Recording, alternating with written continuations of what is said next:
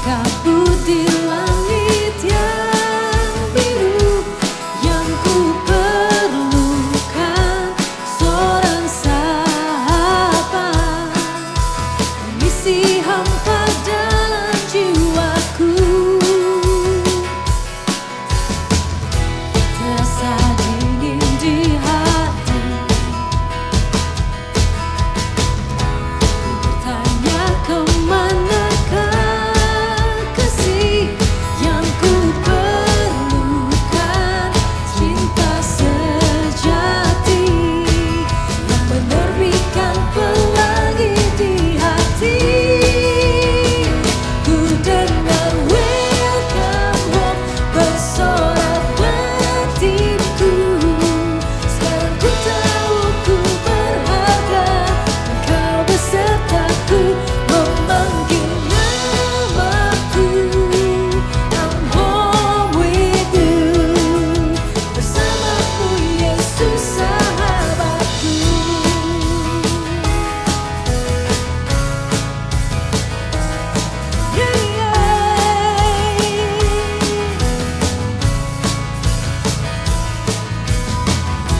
Terasa dingin di hati, ku bertanya kemanakah kasih yang ku perlukan, cinta sejati yang menerbitkan pelangi di hati. Ku dengar welcome home bersorak batinku. Sekarang ku tahu ku berharga, engkau besertaku memanggil namaku. I'm home with you, bersamamu Yesus sahabatku.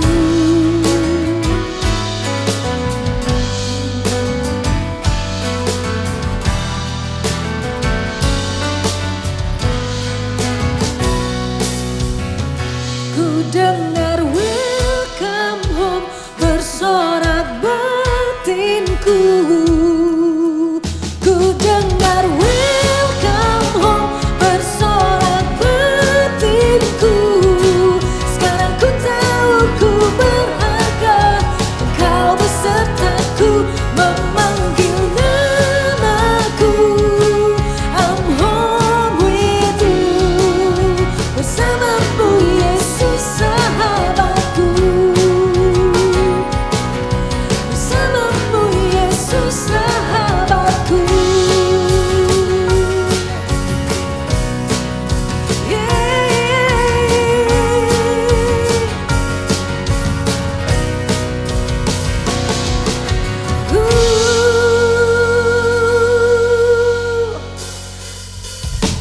Mari bersorak-sorai pujian ini. Dia Allah yang setia dan benar, Yesus namanya. Woo!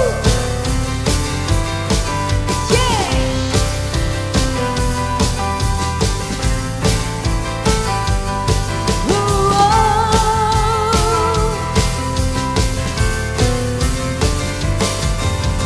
Aku kan bersuka karena kasih-Mu, menari memuji kebesaran-Mu, karena Kau yang terhebat, Kau layak ditinggikan. Jiwaku pun bersorak sebab Engkau Allah yang setia dan benar, tak pernah tinggalkanku, Kau selalu bersamaku. Yesus, Kau sumber kekuatan, ku hidup untuk menyerahkan-Mu.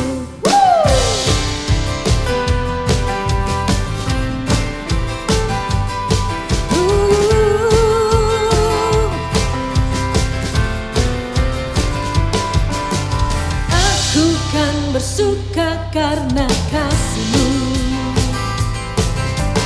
menari memuji kebesaran-Mu, karena Kau yang terhebat.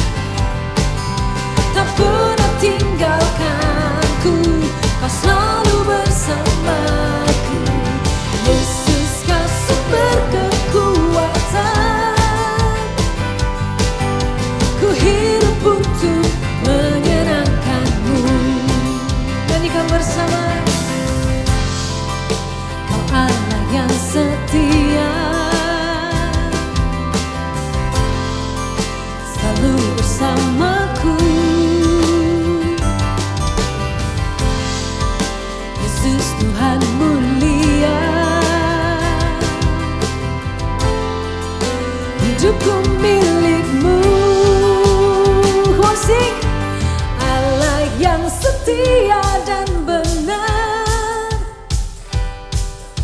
tak pernah tinggalkanku, kau selalu bersamaku. Yesus, kau sumber kekuatan,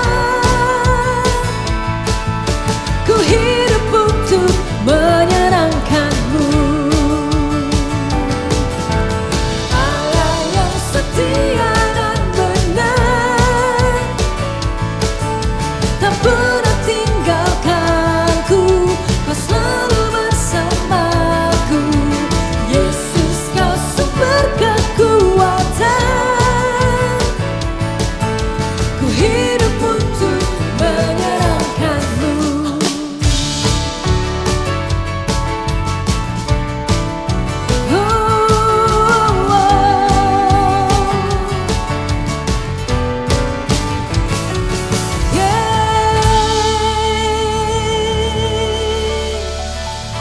Mari beri kemuliaan buat Tuhan.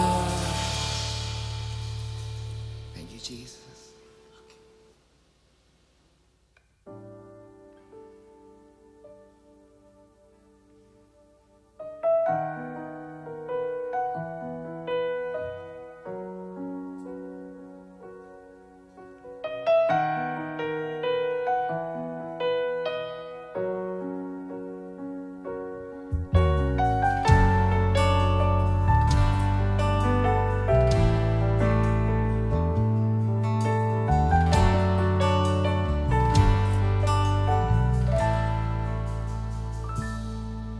Ku dengar tentangmu, Immanuel. Ku dengar firman-Mu, Immanuel. Kau besertaku, Kau menjagaku, Immanuel.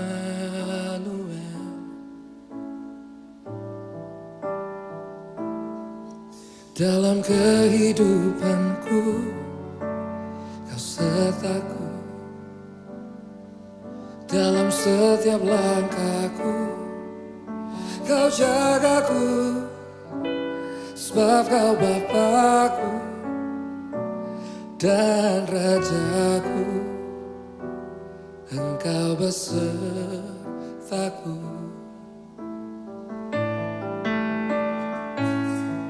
Saat badai menerpa, ku tak takut, karena Kau besertaku dimanapun ku ada.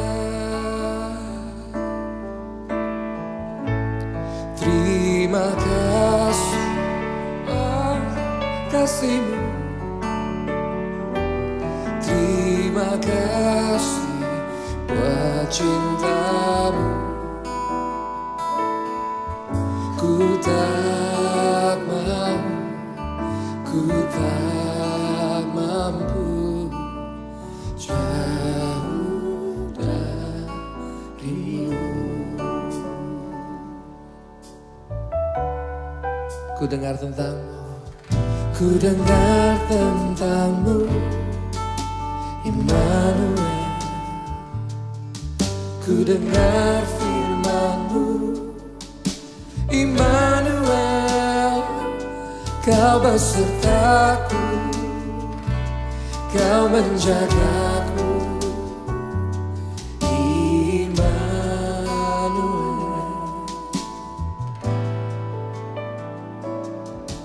Dalam kehidupanku, Kau sertaku. Dalam setiap langkahku, Kau jagaku. Sebab Kau Bapakku dan Rajaku, Engkau besertaku. Saat badai menerpa, ku tak takut, karena Kau besertaku dimanapun ku ada. Terima kasih buat kasih-Mu, terima kasih buat cinta-Mu. Ku tak mampu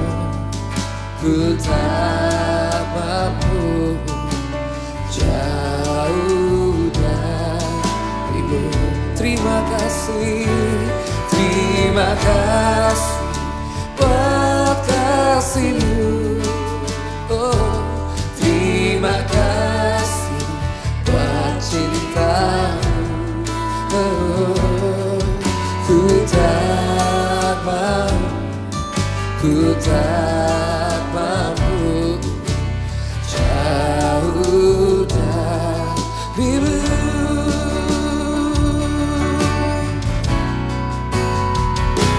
Terima kasih buat kasih-Mu,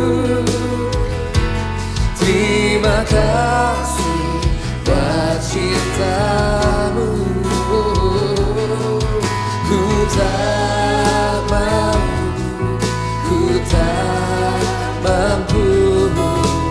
jauh darimu. Terima kasih buat kasih-Mu, yeah. Terima kasih buat cinta-Mu, yeah. Ku tak mampu jauh darimu. Ku tak mampu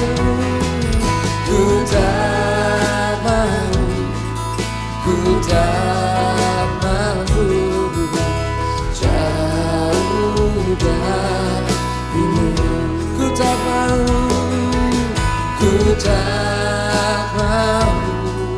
Ku tak mampu jauh darimu. Kami menyembah, kami tak mau jauh darimu. Oh, kami tak mampu jauh darimu, yeah. Oh, mari mendekat kepadanya. Oh, Dia yang akan menghiburmu, Dia yang akan selalu memberi kekuatan. Dia tak pernah meninggalkanmu. Oh, Dia selalu beserta. Namanya Immanuel.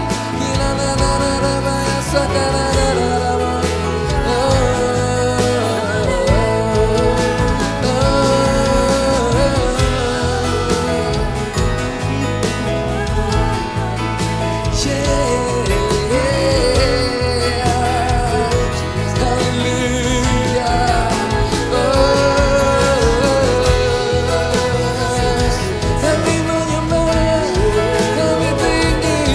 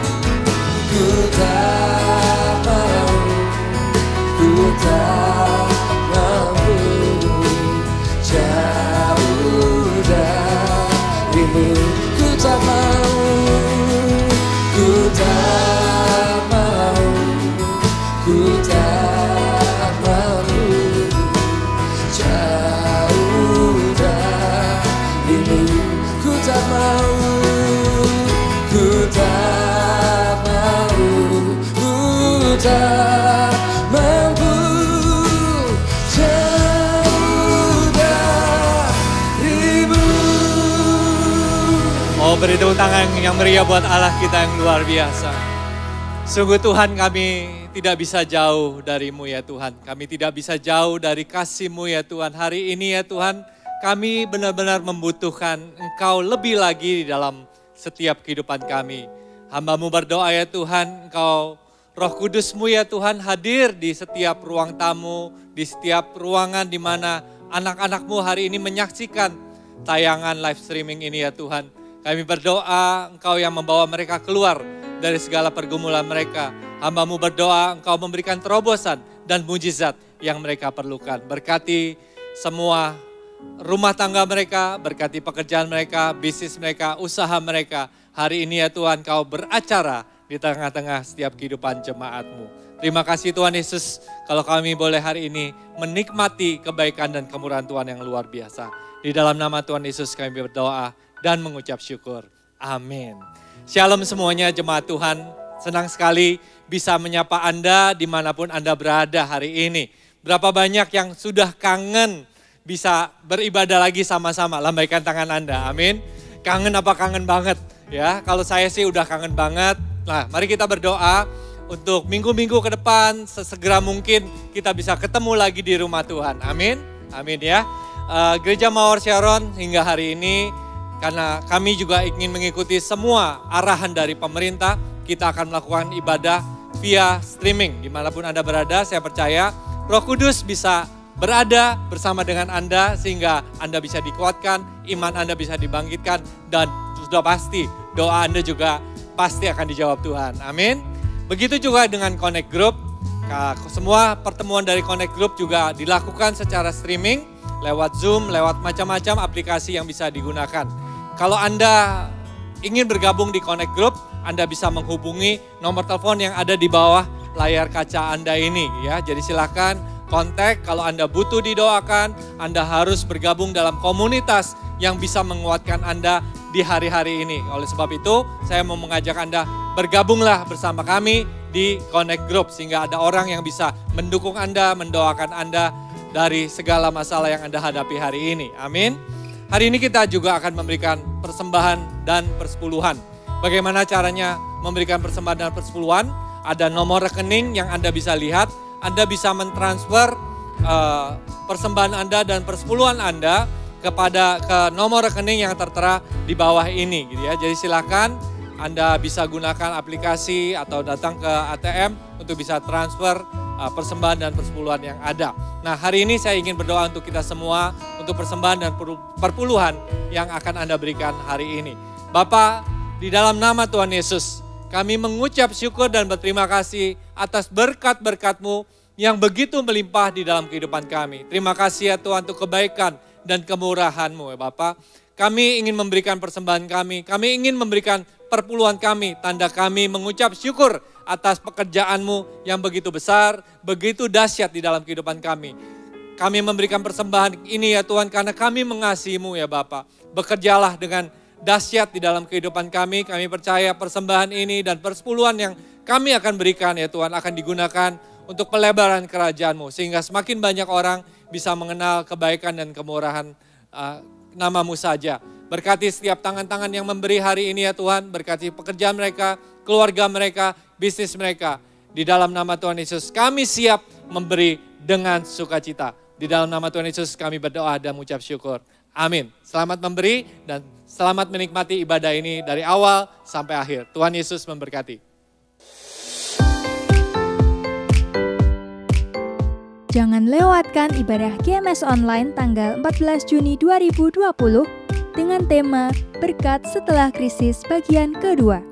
Ibadah ini akan dilayani oleh Pastor Philip Mantova. Sudahkah anak Anda beribadah hari ini? Jangan lewatkan kesempatan untuk setiap anak-anak bisa beribadah sesuai usia mereka di Eagle Kids Online Service yang dapat diakses melalui gms.church/streaming atau youtube.com/gmschurch. Kami menyediakan hotline layanan FLC, Connect Group, dan GMS Surabaya Barat selama masa bekerja dari rumah. Jika Anda membutuhkan layanan jemaat, silahkan hubungi nomor yang sudah tersedia. Minggu depan adalah Minggu Perjamuan Kudus. Jemaat diharapkan mempersiapkan diri dengan menyediakan anggur dan roti masing-masing. Untuk persembahan dapat dilakukan dengan scan QR Code di HP Anda melalui aplikasi BCA Mobile, Sakuku, OVO, Dana, GoPay, ShopeePay, dan Link Aja, atau transfer melalui rekening BCA atas nama GRJ Mawar Sharon.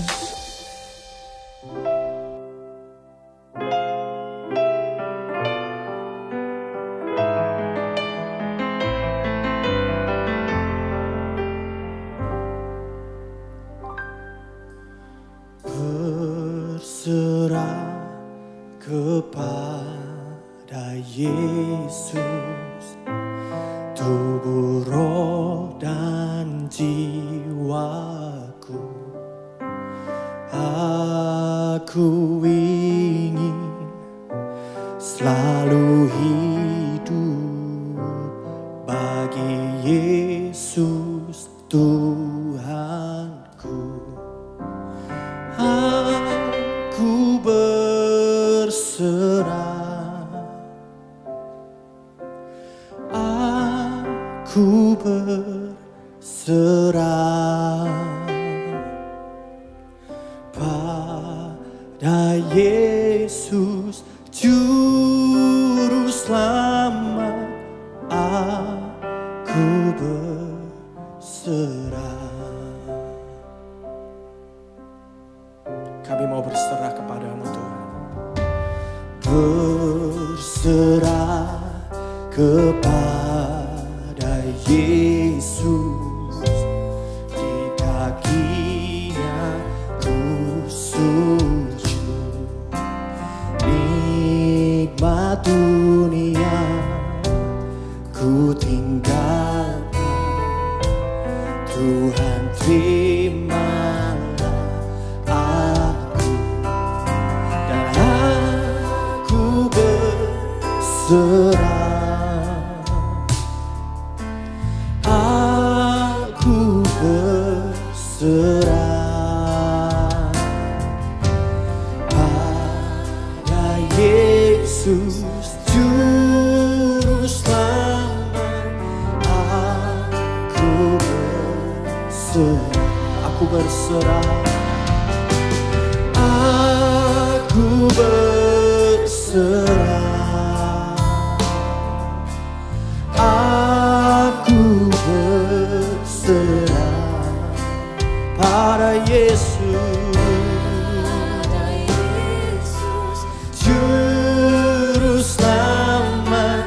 Aku berserah. Aku berserah. Aku berserah. Aku berserah pada Yesus Juru Selamat. Aku berserah. Sing, I surrender all. I surrender all. I surrender all to Thee, my blessed Savior.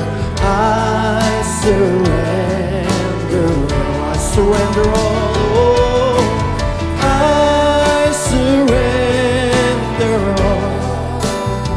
Surrender all. I surrender all to Thee. All to Thee, my blessed Savior. I surrender all to Thee. I surrender all. I surrender all to Thee, my blessed Savior. I surrender all to Thee, my blessed Savior. All to to Thee, my blessed Savior, I surrender all to Thee, all to Thee, my blessed Savior, I surrender all. Tuhan, kami berserah kepadamu, tubuh, jiwa, roh kami, dan hamba serahkan semua jemaat yang kau percayakan pada kami. Engkaulah gembala agung kami, jamah setiap hati. Beri rema roti sorgawi bagi kami. Firman-Mu pelita bagi kakiku, terang bagi jalanku. Dalam nama Yesus, haleluya, amin. Praise the Lord, puji Tuhan. Shalom jemaat, Tuhan memberkati. Ini adalah kebaktian online kita yang sudah sekian banyak. Saya percaya setiap Anda pasti sudah bertumbuh. Saya punya saran untuk kita kebaktian lewat layar seperti ini bagaimana caranya? Supaya ada disiplin rohani, saya himbau agar semua kita itu menentukan jam yang pasti. Contohnya, pukul 7, pukul 10, pukul 1, pukul 4, bahkan 7 malam. Kalau hari Sabtu tentunya juga bisa.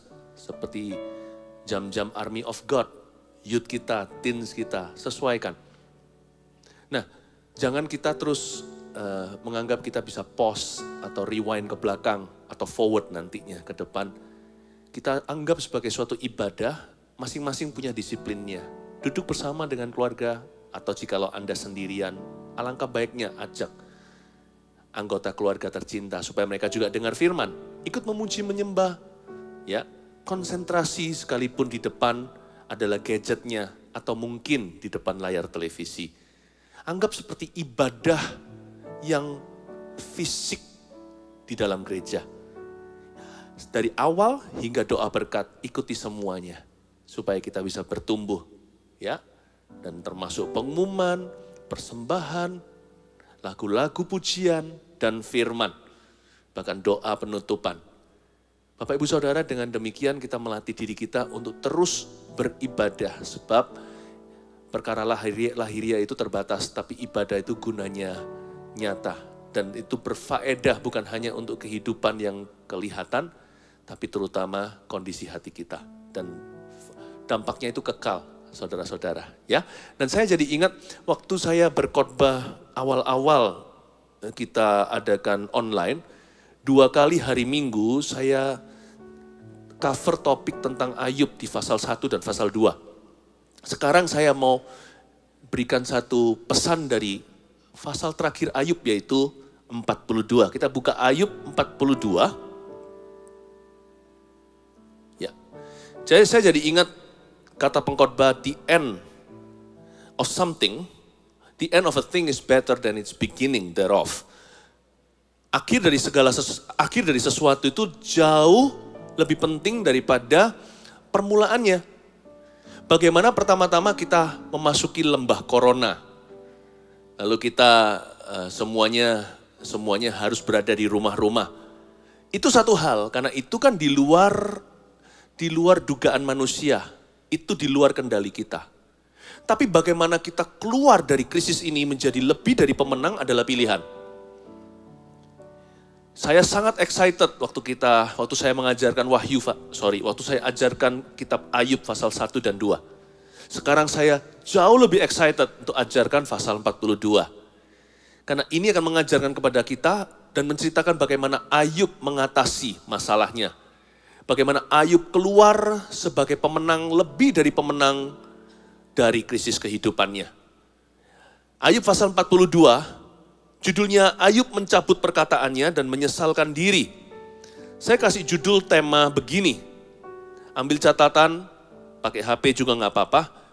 Judulnya berkat setelah krisis. Saya ulangi, berkat setelah krisis.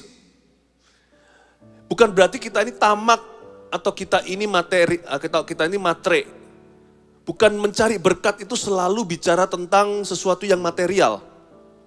Tapi kita ini semua adalah umat yang diberkati dan dipilih. Karena itu hati kita tertuju kepada Tuhan, mata kita harus menuju ke depan. Dan kita percaya ada berkat yang menanti kita, apa yang tidak pernah kita pikirkan. Apa yang mata kita belum lihat, telinga belum dengar, itu yang Tuhan sediakan. Kalau kita jadi orang percaya, percayalah yang demikian. Kita aja disebut sebagai orang percaya Tuhan. Itu di situ ada believer. They are all believers. Mereka semua adalah orang percaya. Kalau kita orang percaya, jangan ragu, jangan bimbang. Jangan negatif pikiran. Suasana situasi sekeliling kita, segala sesuatu yang terjadi boleh terpuruk. Tapi hati tidak boleh ikut-ikut terpuruk. Perahu boleh tenggelam, tapi selama kita masih punya dua kaki, berlandaskan iman, kita bisa berjalan di atas air bersama dengan Tuhan. Hati urus sendiri. Ayub ini mengalami berkat setelah krisis kehidupan. Ini yang saya doakan agar setiap jemaat kita semuanya juga mengalami berkat seperti Ayub.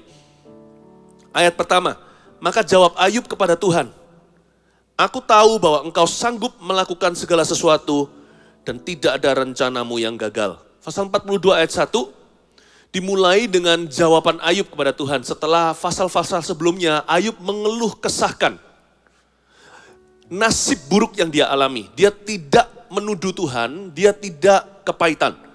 Dan dia juga tidak mengutuki Tuhan. Seperti yang diinginkan oleh istrinya di pasal pertama.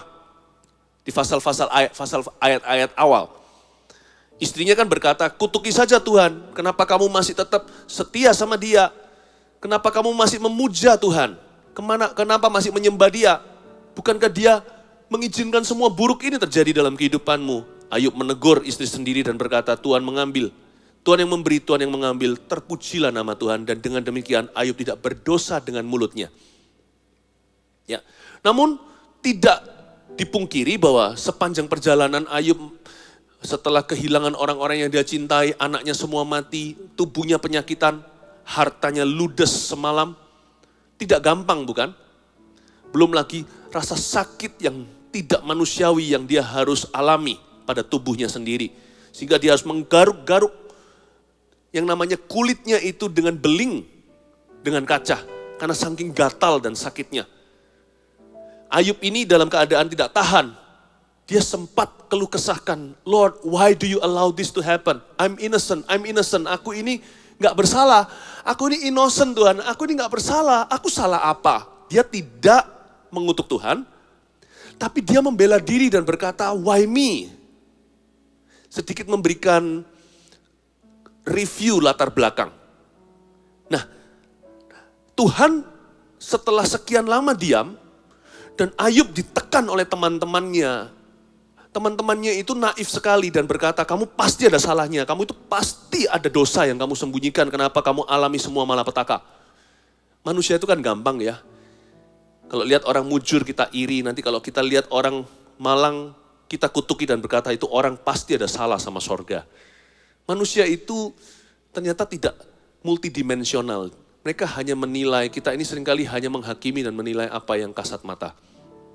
Nah, Ayub semakin sengsara. Punya teman seperti ini, punya kawan seperti ini, buat apa lawan? Bukankah mereka sahabat karib saya? Elifas, ya kan, Sofar, tiga teman-temannya dan Bildad ini, masing-masing adalah teman karib, sahabat sejati, mungkin teman dari sekolah. Tapi mereka semua menuduh, jari mereka tudingkan kepada Ayub, lu pasti ada salahnya. Gak mungkin lah kejadian apes begini ini bertubi-tubi itu, pasti ada sesuatu pada dirimu. Ayub semakin menderita, bukannya dia itu diberikan empati, tapi malah justru dihakimi. Lalu dia semakin berkeluh kesah, groaning, ya. Dia bukan ngomel sih, tapi dia hanya berkata, dia berkata, kenapa Tuhan? Aku ini tidak salah. Semakin dia ditekan, semakin bela diri dan berkata, I'm innocent. Nah, Tuhan akhirnya memecah hening cipta. Dia akhirnya mulai berbicara. Dan ketika Tuhan berbicara, Tuhan tunjukkan kebesarannya dan misteri Allah yang tidak bisa dipahami dengan otak manusia yang hanya sebesar genggaman tangan. Ayub direndahkan. Tuhan tidak marah sama hambanya. Tuhan hanya rendahkan hatinya. Ayub, you don't know everything. Kamu tidak tahu segala sesuatu. Jangankan yang terjadi di bumi. Yang terjadi di hidupmu, di lubuk hatimu aja tidak segala sesuatu kau pahami. Saya jadi ingat kata-kata Yeremia berkata begini. Hati manusia itu licik sekali. Sehingga kita sendiri tidak mengenali hati yang ada di tubuh kita ini.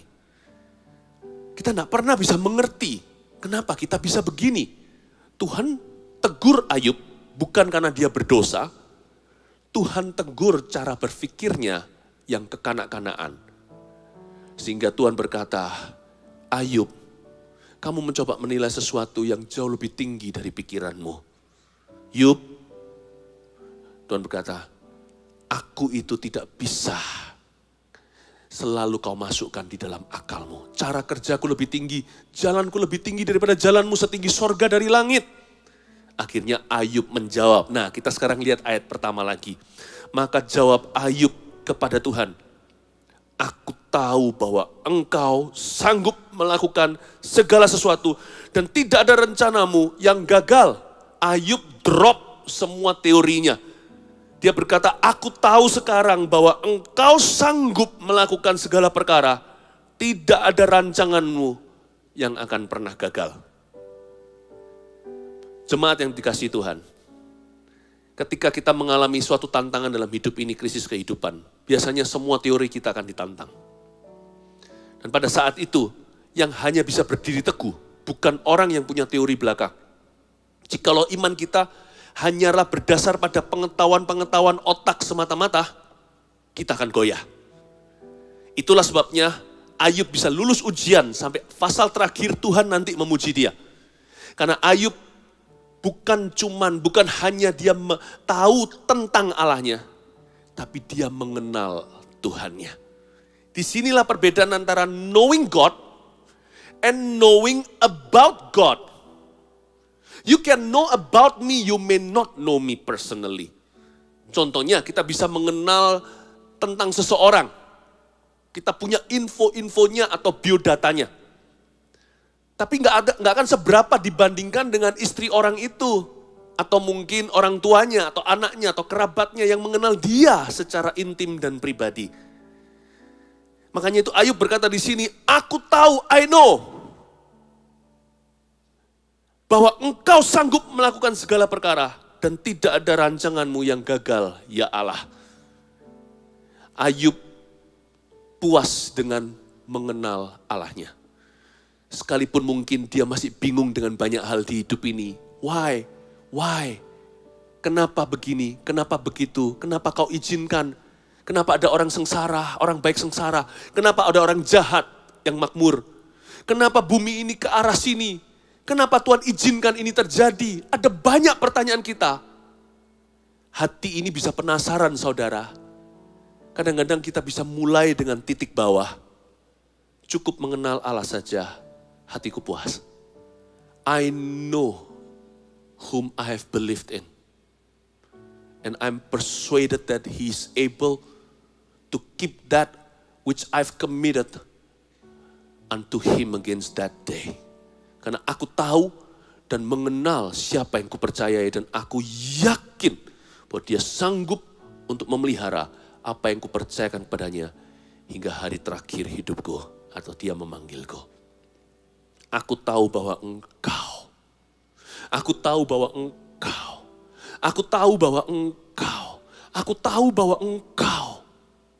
Bukan aku tahu tentang engkau, aku tahu tentang engkau. Aku tahu tentang engkau. Bukan, Ayub berkata dengan jelas, aku tahu bahwa engkau. Aku tahu bahwa engkau, dengan kata lain, aku mengenal engkau. I'm sorry Lord. I'm sorry kalau selama ini aku berdebat pikiran. Semakin aku ingin untuk mengerti Tuhan, semakin aku ingin untuk interogasi, untuk menyelidiki Allah, semakin gagal total saya. Aku kembali ke kasih mula-mula. Kepada iman yang seperti anak-anak itu, aku cukup happy hanya mengenalmu. Yang ku tahu hanya satu, bahwa engkau sanggup melakukan segala sesuatu dan tidak ada rencanamu yang gagal. Yang ku tahu, dia kerjakan seturut firman-Nya bagi kemuliaan-Nya. Yang ku yakin dia sediakan seturut kasih-Nya Bagiku aku bodoh dungu seperti hewan, gak apa-apa asal aku tetap di dekatmu. Yang ku tahu hanya satu ini, Dia kerjakan seturut firman-Nya, semua bagi kemuliaan-Nya. Yang ku yakin Dia sediakan, pokoknya seturut kasih-Nya bagiku. Ini tidak ku ragu, yang ku yakin Dia sediakan tepat waktu, seturut kasih-Nya bagiku. Katakan selalu pada diri sendiri, aku tahu Dia sanggup. Aku tahu rencananya tidak akan gagal. Udah, ketika kita bingung, jangan berpikir jauh, nanti malah naik kuda cepat, liar dan hilang tersesat. Pikiran kita itu bisa membawa kita jauh karena hati itu licik. When you are confused, stay calm. Dalam tinggal tenang kekuatanmu. Ketika kita panik, dengan bertobat dan berdiam diri, di situ ada pertolongan Tuhan. Cukup Anda berkaca dengan firman atau kaca beneran. Kalau nggak ada orang sekeliling yang melihat, katakan pada dirimu sendiri, yang ku tahu, Dia sanggup melakukan segala sesuatu. Dan rancangannya tidak akan gagal atas kehidupanku. Kalau perlu nyanyikan lagu seperti yang kita nyanyikan tadi. Udah itu aja.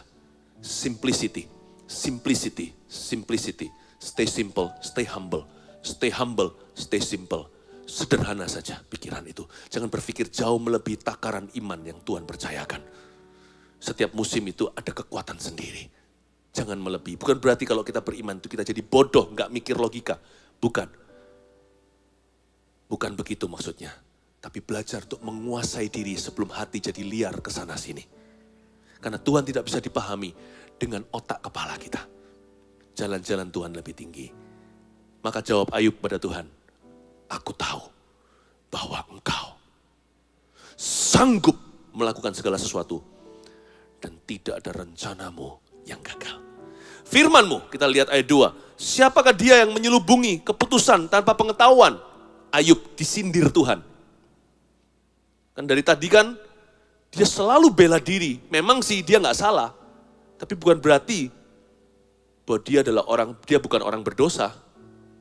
Ayub salah orientasi. Saya ulang lagi firman-Mu. Tuhan bilang begini, siapakah dia yang menyelubungi keputusan tanpa pengetahuan?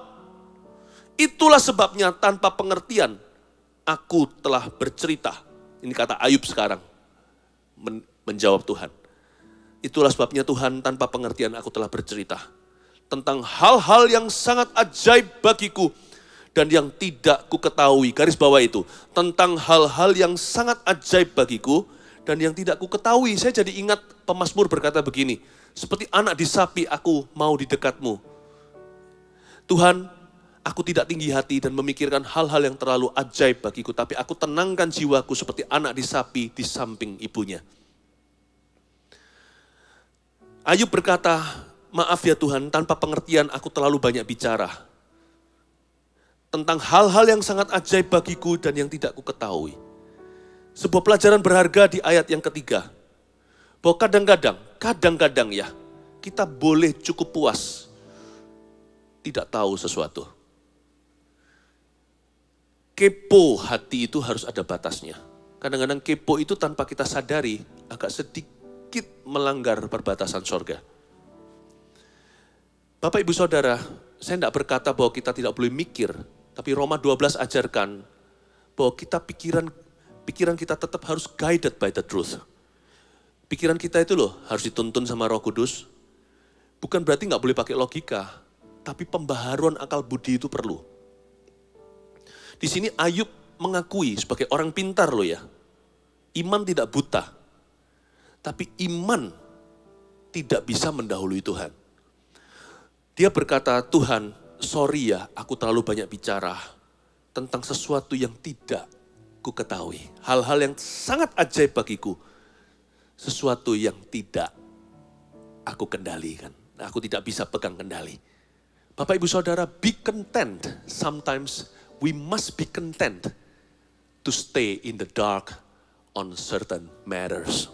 Kadang-kadang kita perlu puas Nggak tahu nggak apa-apa, gitulah kira-kira. Kita perlu tenang. Sekalipun we cannot figure out everything, sekalipun kita tidak bisa seolah-olah menteorikan segala sesuatu, tidak bisa memasukkan ke akal segala perkara, kadang-kadang it's okay untuk kita di dalam tanda kutip kegelapan. I don't know, but I trust you. Kadang-kadang iman itu bunyinya begitu. Setelah kita berusaha maksimal, setelah kita berupaya sejadi-jadinya, ada satu titik tidak bisa menggantikan dengan apa-apa. Kata berserah. I surrender all. I've done all I could. Aku sudah lakukan bagianku secara maksimal. Semua yang ku tahu sudah ku praktekkan. Tapi tetap ujungnya, aku berserah kepadamu Tuhan. It's okay not to know everything. Bukankah Tuhan menyembunyikan paling tidak masa depan dari manusia supaya manusia hatinya humble selalu? Siapa di antara kita bisa tahu ke depan itu apa? Kalau kita dapat sesuatu profesi nubuatan, itu pun samar-samar, bukan? Kita kan nggak tahu sampai setiap kisi-kisinya. Jadi, disitulah gunanya iman, percaya kepada Tuhan. Di sini Ayub mengakui, aku terlalu terburu-buru untuk mengetahui perkara-perkara yang terlalu ajaib bagiku. Perkara ajaib ini bukan miracles. Tapi perkara yang dia tidak pegang kendalinya. Sesuatu yang tidak aku ketahui, aku terlalu terburu-buru. Terlalu tergesa-gesa untuk tahu. Bapak, Ibu, Saudara, be content to be in the dark sometimes. Kadang-kadang gak apa-apa berada di tempat yang remang-remang dan kita tidak mengerti apa maksud Tuhan. Ayat 4, firman-Mu. Ini Ayub berkata tentang Tuhan. Dengarlah, maka akulah yang akan berfirman. Aku akan menanya engkau, supaya engkau memberitahu aku, kata Tuhan kepadanya. Ini Ayub bercerita ulang, Tuhan ngomong apa sama dia. Ya. Firman-Mu, dengarlah, maka akulah yang akan berfirman. Bapak, Ibu, Saudara, iman itu timbul dari pendengaran. Cuman banyak orang tidak garansi kalau mendengar khotbah, contohnya firman yang dikhotbahkan, otomatis imannya akan bertumbuh. Alkitab di sini mengatakan, dengarlah dengan hati, jangan asal-asalan. Firman-Mu dengan M huruf besar bicara tentang Tuhan ngomong begini sama Ayub. Dengarlah, maka akulah yang akan berfirman. Kata dengarlah di sana adalah mendengar dengan seksama. Gak boleh cuman asal masuk telinga kiri, keluar telinga kanan. Faith comes from hearing, alright, but it comes from hearing attentively. It comes from hearing with the heart. Dia gak tiba-tiba otomatis bertumbuh. Kita harus mendengar dengan sungguh-sungguh, segenap hati, mendengar dengan teliti. Ayub belajar untuk rendah hati, untuk menerima firman Tuhan. Awal mulanya tadi, dia merasa hanya karena dia mentang-mentang tidak bersalah apa-apa. Kan memang benar, dia tidak dicobai karena dosa. Dia dicobai karena Tuhan percaya sama dia. Tapi Ayub tidak mau mendengar lebih jeli lagi. Waktu dia kesakitan, dia meronta-ronta pembelaan. Disinilah Tuhan tegur dia, Ayub, you should have listened more attentively. Ada ayat yang berkata seperti ini, mendengar lebih baik daripada banyak berbicara. Kalau kita datang ke rumah Tuhan, kata pengkhotbah, lebih baik datang dengan kuping telinga, daripada kita datang untuk berkomentar dan opini. Di kitab Amsal dikatakan, orang bodoh itu sifatnya begini. Dia suka sekali menyuarakan opini atau pendapatnya, tanpa dia menguasai materi. Bahkan, kalau orang bebal itu diam, banyak orang kan salah paham mengira dia orang bijaksana. Alkitab mengatakan juga di kitab Yakobus, hendaklah kamu cepat mendengar, lekas untuk mendengar, tapi lamban untuk berbicara. Ayub ini agak terlalu sedikit tergesa-gesa, padahal dia ini super bijaksana. Bayangin kayak Ayub aja pas-pasan lulusnya di depan Tuhan, apalagi kita yang suka berkomentar tanpa evaluasi hati. Kita ini loh, ini masih defisit banyak hutang sama Tuhan untuk mendengarkan. Kita itu dengar khotbah itu sudah banyak sekali dan berkali-kali. Tapi sejujurnya berapa banyak khotbah itu kita dengarkan dengan teliti.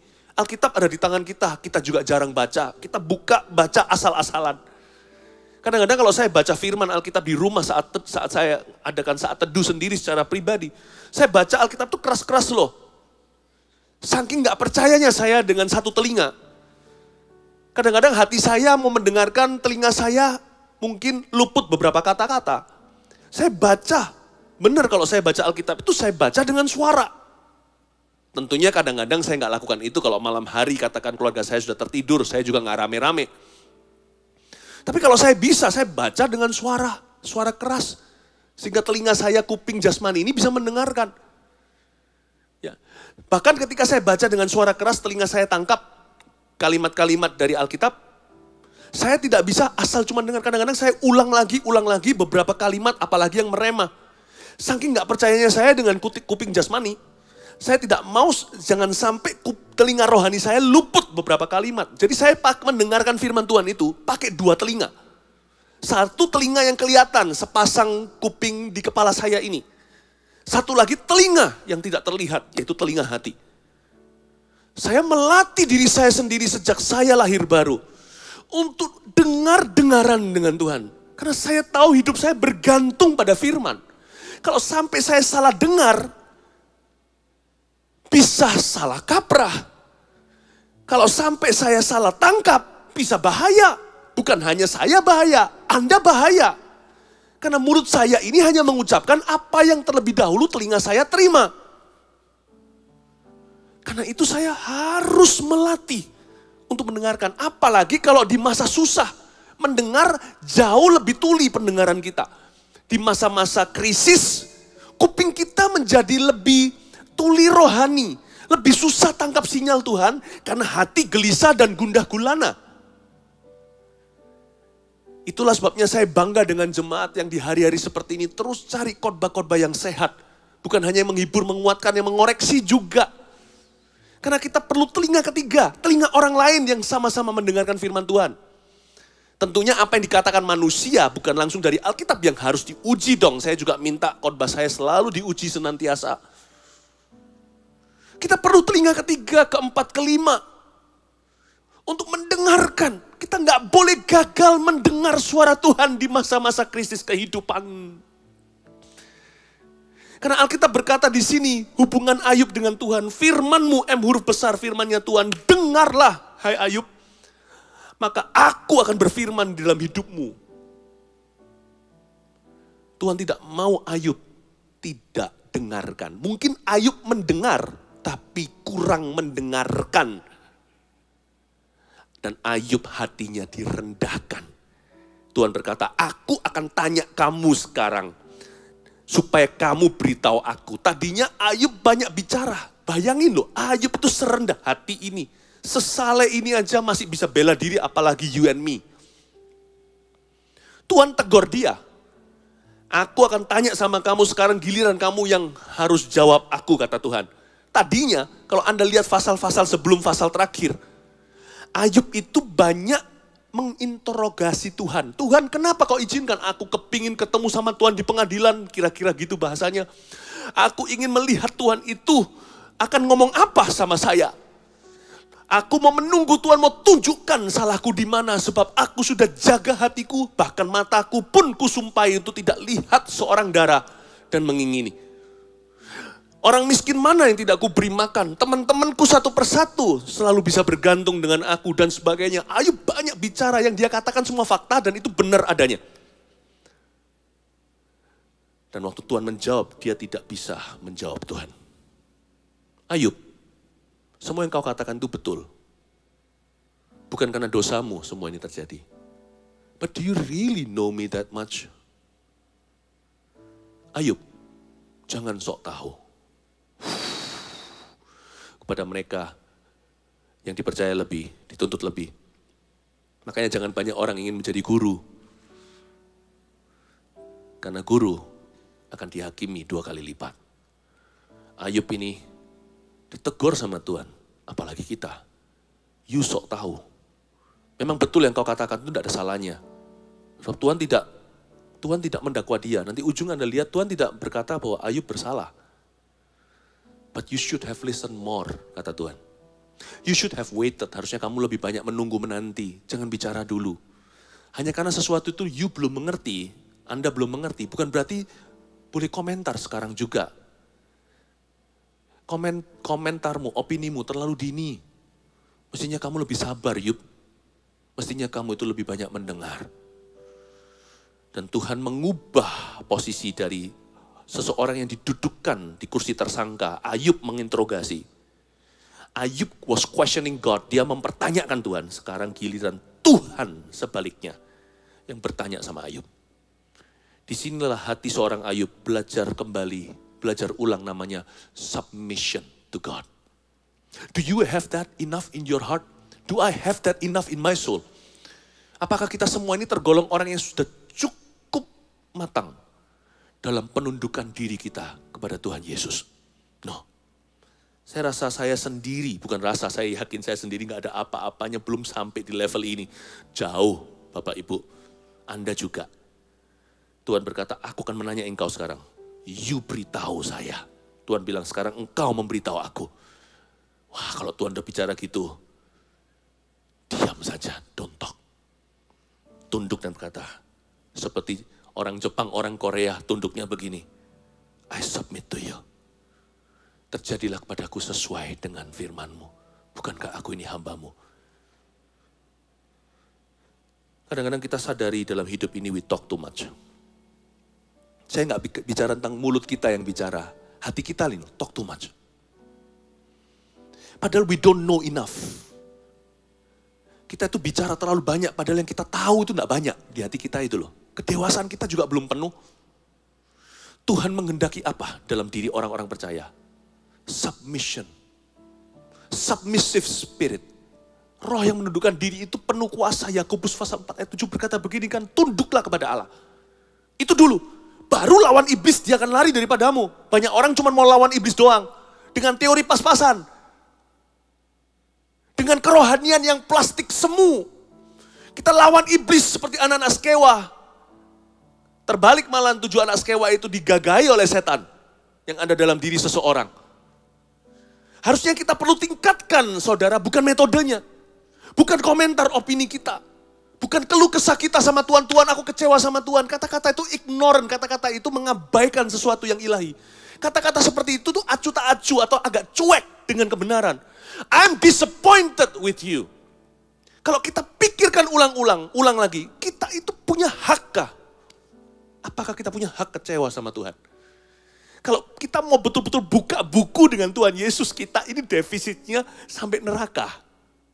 Kok bisa berbalik, Tuhan kita piutangi dan dia yang berhutang sama kita. Lalu kita tuding di kursi terdakwa, kenapa kau izinkan bisnisku sekarang ini mengalami keterpurukan? Kenapa begini? Kenapa begitu? Sometimes I admit, yang menghalangi berkat, sehingga kita tidak bisa menjadi lebih dari pemenang adalah hati kita. Terlalu banyak berbicara. Perasaan kita terutama. Atau pikiran terkutuk kita. Terlalu banyak mengomentari sesuatu yang harusnya berada dalam misteri kedaulatan Allah. Kita kurang tunduk, kurang percaya, kurang mendengar. Sudah terlalu banyak berulah, terlalu banyak berbicara. Saya tidak menuduh siapa-siapa di sini. Setiap firman yang keluar seperti ini, selalu bermata dua. Saya sendiri stand corrected.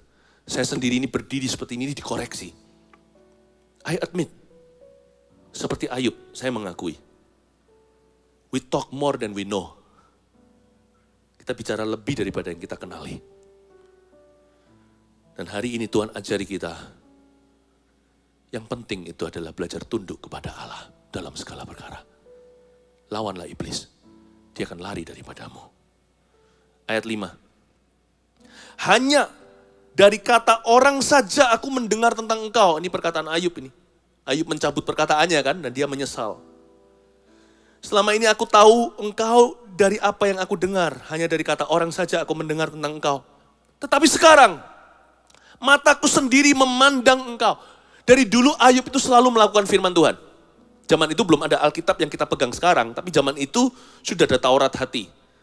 Ya, mungkin Ayub sudah pernah mendengar mungkin apa yang Tuhan lakukan pada umat pilihan, saya nggak ngerti. Tapi sudah ada some sort of knowledge of God, sudah ada pengenalan akan Allah. Hanya dari kata orang saja aku mendengar tentang engkau selama ini. Aku cuma punya pengetahuan.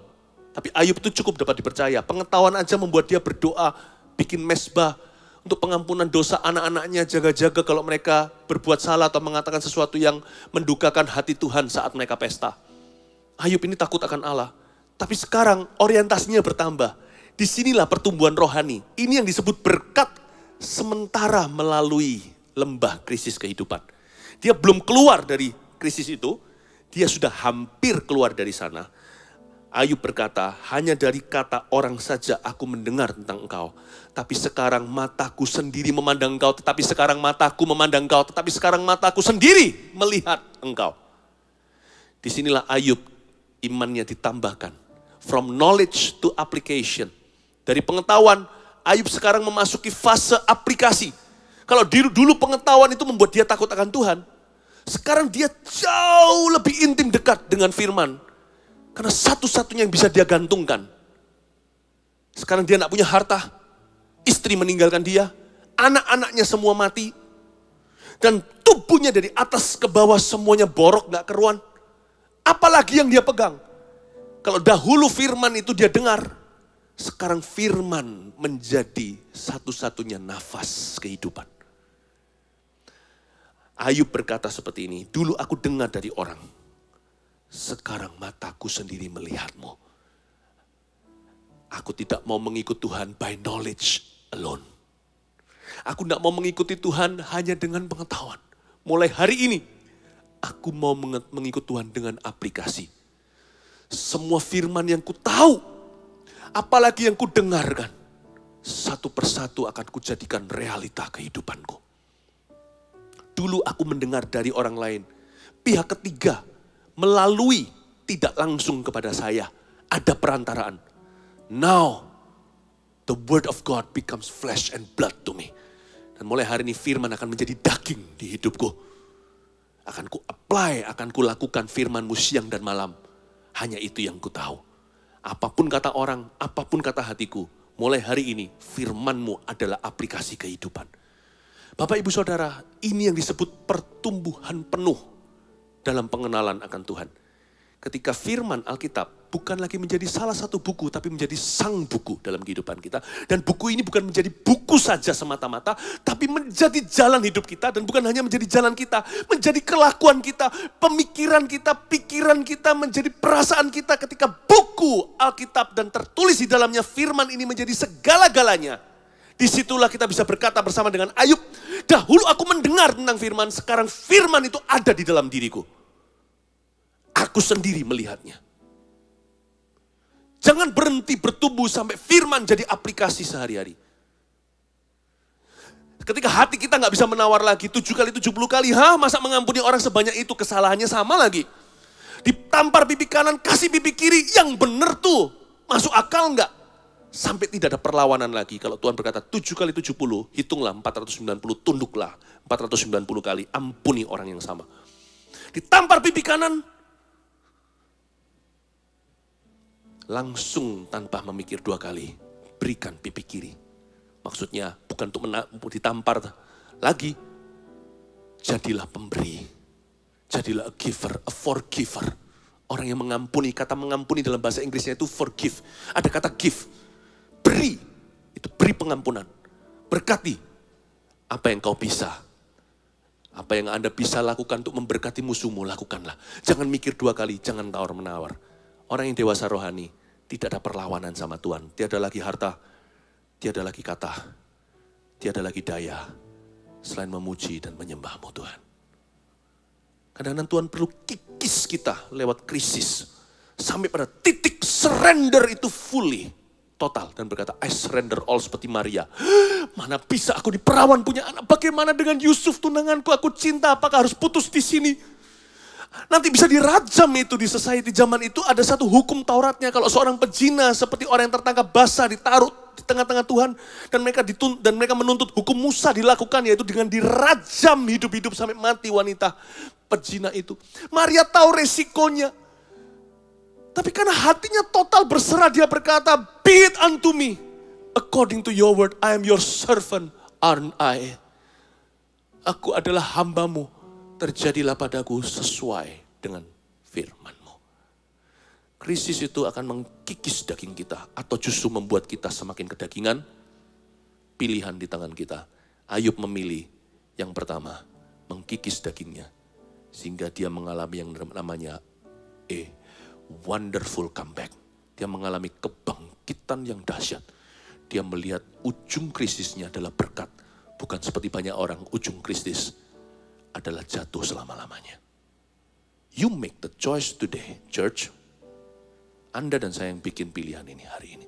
Saya rasa saya tidak bisa habiskan sampai semua. Saya lanjutkan untuk minggu berikutnya. Tetap berkat setelah krisis part 2.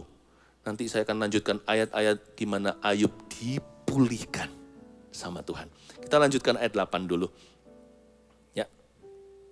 Oleh sebab itu aku mencabut perkataanku, kata Ayub.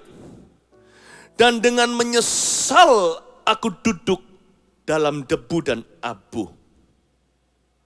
Di sini Ayub menyesal duduk dalam debu dan abu karena perzinahan? Bukan. Karena dia mencuri harta orang? Bukan. Karena korupsi? Tidak. Karena dia membunuh kali? Iya juga. Tidak juga maksudnya. Lalu Ayub ini harus menyesal dari apa? Kok sampai dalam debu dan abu di zaman itu? Kalau orang itu menyesal dalam debu dan abu itu seperti orang yang berkabung karena kematian seorang yang mereka cintai atau anggota keluarga. Kalau zaman-zaman dulu ya, orang-orang yang tradisional masih pakai itu loh, masih pakai pakaian-pakaian yang dari bahan kasar seperti karung begitu, warna putih-putih semuanya, kasih abu lalu menangis meratapi. Kenapa Ayub begitu menyesal ya? Kalau saya lihat ayat 6 ini saya malu loh. Ayub ini gak berdosa. Bahkan dengan mulutnya aja dia gak berdosa. Kok dia punya penyesalan begitu dahsyat? Kita ini yang berkali-kali berdosa melebihi Ayub dosisnya. Jauh. Ayub itu coba bayangkan seorang pria umurnya sudah tua. Ya, sudah umur katakan 6-70 saat itu. Orang ini saleh. Tipe orang yang sulit deh kalau kita mau tobatkan. Kalau dia belum kenal Tuhan. Dia kan berkata, aku gak pernah berbuat jahat seumur hidupku. Susah untuk kita itu bawa orang-orang demikian ke gereja. Kalau kita gak lebih baik hidupnya. Ayub itu seperti itu. Orang yang seumur hidupnya itu selalu berbuat amal sosial. Anda gak bisa temukan satu titik hitam aja di dalam sejarah hidupnya. Kok bisa dia menyesal sambil duduk dalam debu dan abu sedahsyat itu? Kita ini loh yang dosanya lebih banyak, lebih kreatif, lebih variatif.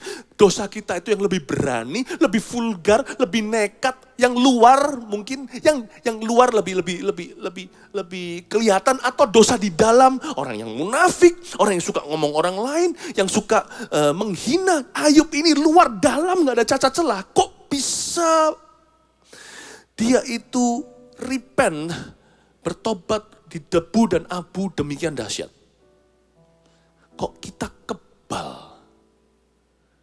Sehingga kita jauh terkesan lebih bebal dari Ayub.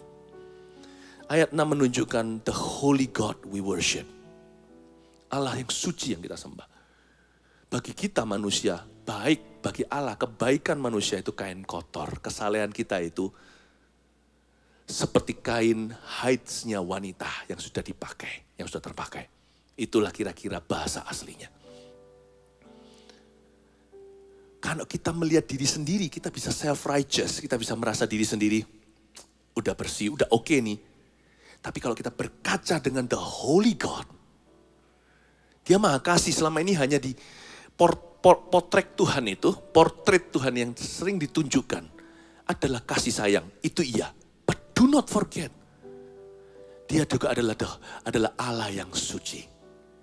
Kalau kita berkaca dan membanding dengan dia, kita mengerti bahwa kita ini dirty. Kita ini kotor. Manusia akan tahu diri kalau bercermin dengan kebenaran. Dan dengan menyesal aku duduk dalam debu. Dosa Ayub apa sih? Sampai dia bertobat secara dahsyat. Ada dua hal yang dia anggap sangat serius di hidupnya. sampai dia ke debu tanah untuk minta maaf sama Allah. Padahal dia nggak salah apa-apa. Catat ini, jangan ditemukan ragi Farisi di hati. 1, self-righteousness. Merasa diri benar. Be careful. Karena perasaan seperti ini tidak akan membawamu keluar lebih cepat dari krisis. Justru akan menciptakan polemik, stigma, krisis yang baru di dalam jiwa. Self-righteousness is dangerous. Ada baiknya kita tidak membuat konklusi apa-apa tentang diri atau orang lain sebelum kita cukup mendengarkan dari Tuhan. Dan orang biasanya yang cukup mendengarkan dari Tuhan, hatinya tidak akan menghakimi. Dan hatinya tidak akan kecewa sama Tuhan maupun kehidupan. Biasanya justru menemukan pengharapan. Justru akan melihat jalan keluar. Self-righteousness, perasaan diri benar, itu yang ditobati oleh Ayub setengah mati. Kedua, human pride, the pride of the heart. Apa yang Anda banggakan dari diri sendiri, apa yang kita banggakan, atau kesombongan, keangkuhan kita, itu yang membuat Ayub malu bukan main sama Tuhannya. Dan berkata, I'm ashamed of myself. Kalau Ayub ada di sini, dia berlutut gitu di debu tanah. Mungkin saya langsung terjerumus ke lumpur kali. Kalau kita lihat ada orang tua yang kita hormati berdiri di depan sosok seorang figur gitu, kita semua pasti berdiri, gak berani, dia aja berdiri apalagi saya. Kalau kita melihat seseorang berkata, aduh aku ini, Tuhan maafkan dosaku banyak. Padahal kita tahu seumur hidup kita hidup dengan dia, tidak pernah lihat sekalipun dia berdosa. Wah kalau seperti itu templakannya luar biasa di hati kita. Kita bisa langsung koyakkan baju dan jubah dan berkata, apalagi aku. Kalau dia imannya kecil, apalagi saya. Waktu saya lihat ayat 6 ini, waktu saya baca, saya hampir tersungkur di ruang kerja saya dan berkata, my God. Kalau dia menyesal dengan dahsyat, apalagi aku. Hanya karena Ayub merasa benar, dan dia merasa bangga karena dia ini orang yang benar. Kenapa kok semua ini kejadian? Nggak ada yang salah kan? Kalau kita benar kan kita berhak. Dia itu loh bisa menyesal setengah mati karena dia merasa benar. Padahal dia benar. Dan dia bisa menyesal lebih lagi sampai kayak orang mau mati rasanya hanya karena dia bangga kalau dia itu benar. Dan dia merasa berhak. Dia menyesali the spirit of entitlement. Dia menyesali setengah mati semua perasaan berhak di hatinya. Padahal dia memang berhak. Dia memang gak salah apa-apa. Sekalipun dia memang berhak. Waktu dia merasa berhak. Waktu dia ketemu dengan Tuhan yang jauh lebih berhak. Dia malu dan berkata, aku menyesal di debu dan tanah. Memang aku berhak. So what gitu loh. Dan aku membanggakan di hadapan hadirat-Mu. Dan mencuri kemuliaan-Mu. Tersungkur menangis dan berkata, semua hakku terjamin pada Engkau. Be it unto me according to your word. Terjadilah padaku sesuai dengan kehendak-Mu. Ayub mati bagi diri sendiri di ayat 6 ini. Dan dia berkata, I no longer matter. Hidupku tidak lagi perlu, tidak lagi penting. Engkaulah yang kuhargai. Terjadilah padaku sesuai dengan firman-Mu. Bapak Ibu Saudara, mari kita tangkap hati Ayub. Dan nanti next waktu saya jelaskan di part kedua. After humility is exaltation. Setiap orang yang merendahkan diri di bawah tangan yang Tuhan yang kuat, Tuhan akan meninggikan dia. Hati-hati, ketika hati berserah, Tuhan akan angkat Anda. Mari kita semua sama-sama datang ke hadapan Tuhan, ke hadirat Tuhan. Mari pegang hatinya seperti ini, masuk ke hadirat Allah. Nyanyikan satu lagu, tim PAW. Let's come. Mari kita humble di hadapan Tuhan. Dan jangan cuman kita hanya merendahkan hati untuk diri kita. Mari kita merendahkan hati untuk Indonesia.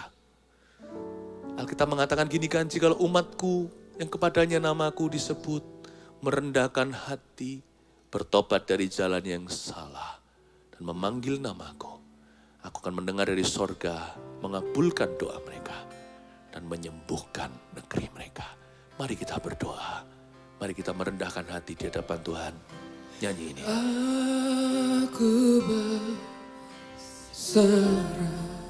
Yes Lord. Aku berserah. berserah pada Yesus Juru Selamat. Aku berserah. Aku berserah. Aku berserah. Lepaskan semua beban itu. Berserah saja. Aku berserah pada Yesus Juru Selamat. Aku berserah. It's okay untuk tidak tahu segala sesuatu. Berserah penuh. Aku berserah. Aku berserah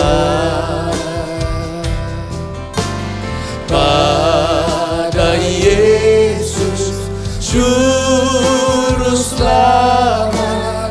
Aku berserah. Tidak apa-apa kalau kita tidak bisa melihat jalan ke depan. Percayalah, Tuhan bertanggung jawab atas kehidupan kita. Mari kita berserah kepada-Nya. Our God is a good God. He's responsible for His children. Pada Yesus Juru Selamat, aku berserah. Aku berserah.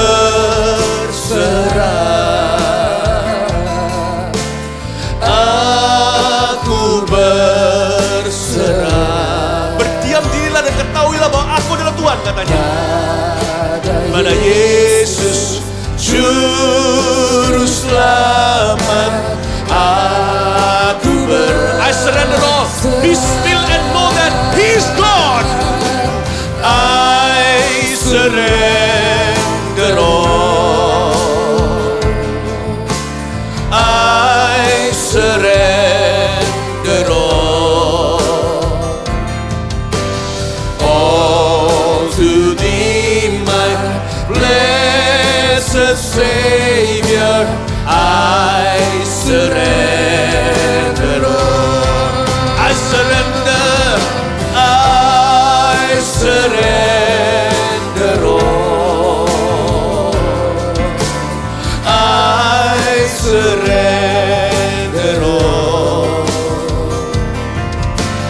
All to Thee, my blessed Savior. I surrender. Angkat tanganmu saja, biar Tuhan memberkatimu dalam hadiratnya sekarang. Doramaya sandanaya san, inanaramaya se. Angkat kedua tangan dan angkat wajahmu. Let Him bless you in His presence now. Shikaramaya sandanaya se, inanaramaya sandanayo. Shikaramaya ramaya so.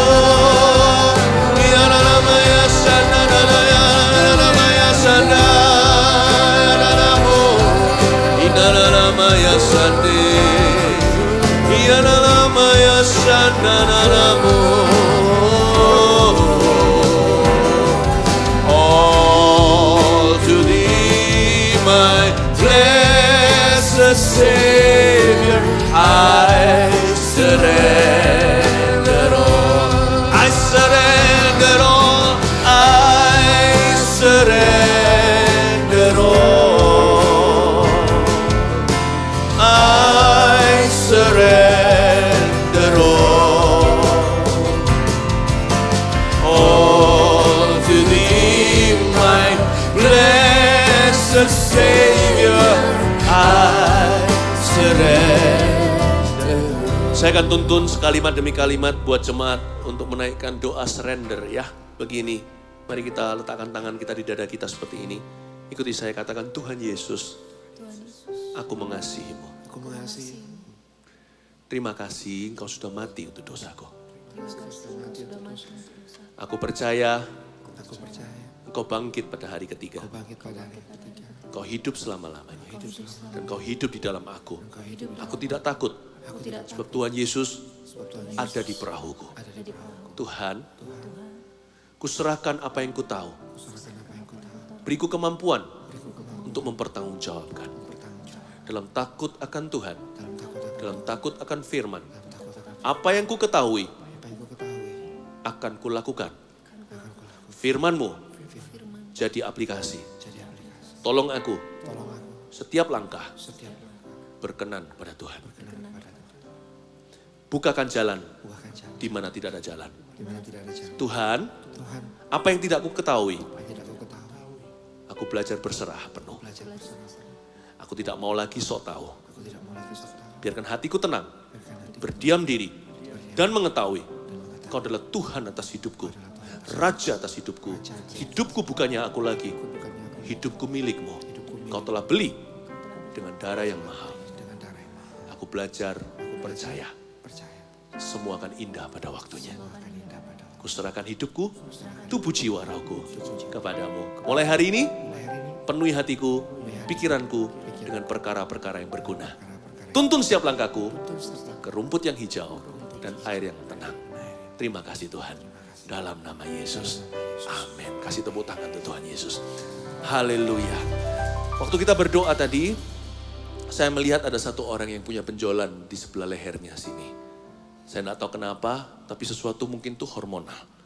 Tuhan menjamahmu dan ada suatu perasaan seperti Anda dijamah dengan api, seperti ada membara panas di sebelah sini. Dan sekarang juga bengkak itu kempis seketika di dalam nama Yesus Kristus. God is healing you. Ada orang yang dengan sinusitis yang cukup parah. Ya, Anda seperti mau bentur-benturkan kepala ini ke meja. Rasanya sakit sekarang ini, Anda terus minum obat, mau minum antibiotika juga, hal itu tidak tentu persis seperti yang dibutuhkan oleh tubuh. Tapi Tuhan Yesus menyembuhkan karena itu kelemahan. The spirit of infirmity, roh kelemahan tubuh karena itu bertubi-tubi datang kambuh-kambuh lagi. Aku tengking di dalam nama Yesus mulai sejak hari ini. Sinus itu pergi, tidak akan pernah kembali atas kehidupanmu. Di dalam nama Yesus. Dan kami masih berdoa juga ya Tuhan Yesus untuk semua pasien corona. COVID-19 ini di dalam nama Yesus kau sembuhkan mereka. Di dalam nama Yesus kau bantu, kau berikan ya Tuhan wahyu ya Tuhan Yesus. Kau telah merendahkan hati seluruh dunia. Sekarang kau dengarkan doa umat-umatmu di mana-mana. Mereka yang mencari Tuhan merendahkan diri dan meminta kesembuhan buat negeri. Tunjukkan jalanmu, berikan solusi. Ya Tuhan Yesus, termasuk solusi farmasi. Orang-orang yang akan menemukan ilmuwan-ilmuwan sekalipun mereka gak kenal Tuhan, kau bagikan pengetahuan pada mereka. Untuk menciptakan sesuatu yang bisa mencegah ini. Terima kasih Tuhan Yesus, terpujilah namamu. In Jesus name. Aku berserah. Come on. Aku berserah pada Yesus. Pada Yesus, Juru Selamat. Aku berserah. Oh, aku berserah.